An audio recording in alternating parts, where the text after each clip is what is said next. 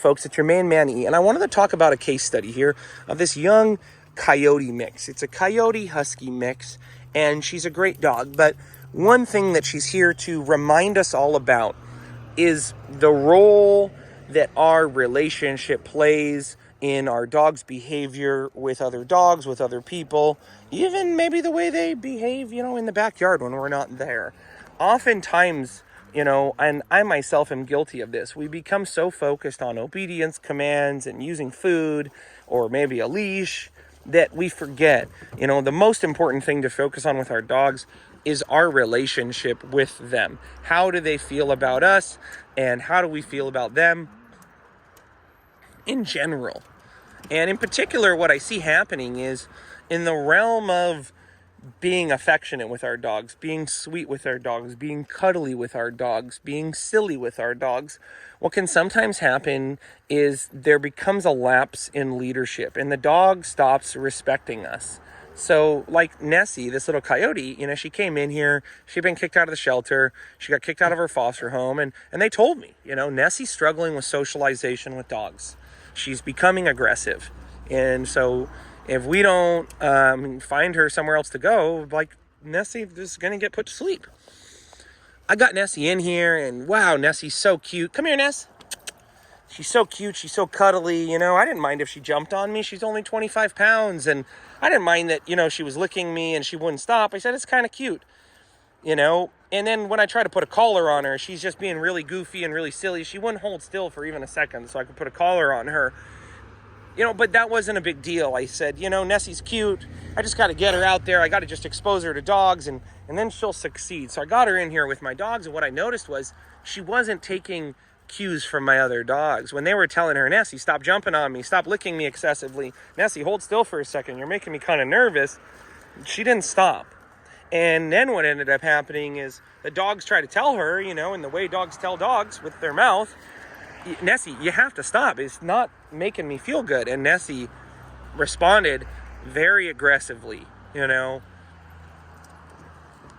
because Nessie was so cute and so cuddly and so silly, I didn't put a muzzle on her when I put her in here. I thought, look, she's 25 pounds. She's real cute. And, because Nessie is so silly and so playful, I didn't take these little instances when I first met her of her basically ignoring me. I didn't take them that seriously. Even something as simple as, hey, Nessie, come here.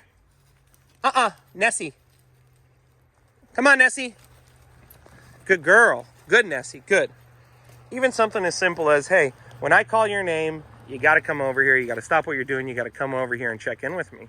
I let that stuff slide because Nessie was cute. I felt bad for what she had been going through. But what I noticed later on when she got into the social yard was she was struggling, and really there was no one else to blame except myself, because, I had done what I have so often seen people do, which is getting a dog in and creating this very lackadaisical, very easygoing relationship where we're letting a lot of little things slide that, although maybe with a young puppy is not a big deal, but with a dog we're seeing behavioral issues or we're struggling to communicate with, these are a big thing. Because, if Nessie can't understand boundaries from me, hey, Nessie, no. How can I expect her to accept boundaries from the dog? And if Nessie's jumping on me and I say stop and then Nessie doesn't stop jumping, how can I expect when she's jumping on a dog or doing something and I say stop, she's going to stop? Or even something as simple as Nessie just not respecting my space, her just insisting on jumping on me, on putting her mouth on me, and, just kind of viewing me as a plaything rather than, maybe a parent or, her superior in this organization, somebody worthy of respect. So, I see this happening so often where the silliness, the goofiness, the petting and the coddling, it kind of undermines our dog's need for structure. And what happens is, a dog like this, in the past would get a stick like this and then become aggressive. Nessie, no. And now, she has a stick like that. I just tell her no, and she lets it go. Bear, no. No. So Something to think about, folks. If you're struggling with aggression, if you're struggling with reactivity, anxiety, destructiveness, any behavioral issue, and you're finding that your dog in the household, when they're doing silly stuff, when they're doing playful stuff, and you tell them to stop, they don't stop. Perhaps maybe they're jumping on you or pushing on you, not respecting your personal space.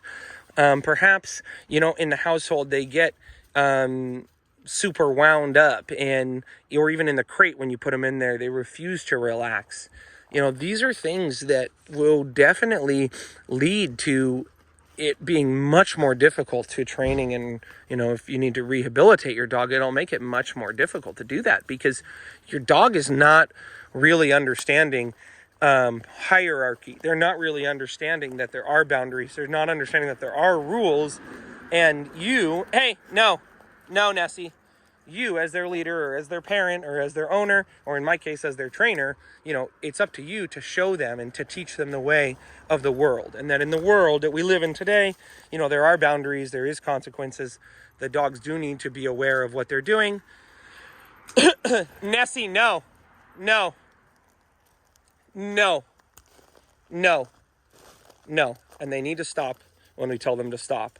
So, before you rush into prong collars, remote collars, all these training tools, training exercises, marker words, insisting on a crate or kennel, just think about this. Ask yourself, hey, in what ways can I shift my relationship with my dog where I'm creating a more respectful, obedient dog that listens to me in the household and respects my space, understands how to calm down when I ask them to calm down and stop doing stuff when I ask them to stop doing stuff.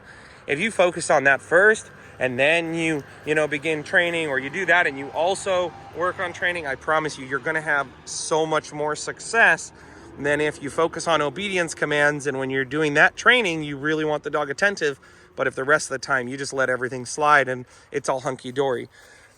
As always, folks, we don't blame them, we train them. If we love them, we lead them. And also, we're always available here to help. You can find me online on my website, and also we just put a poetry book out there you can check out. So remember, folks, we love you all, and we'll see you next time.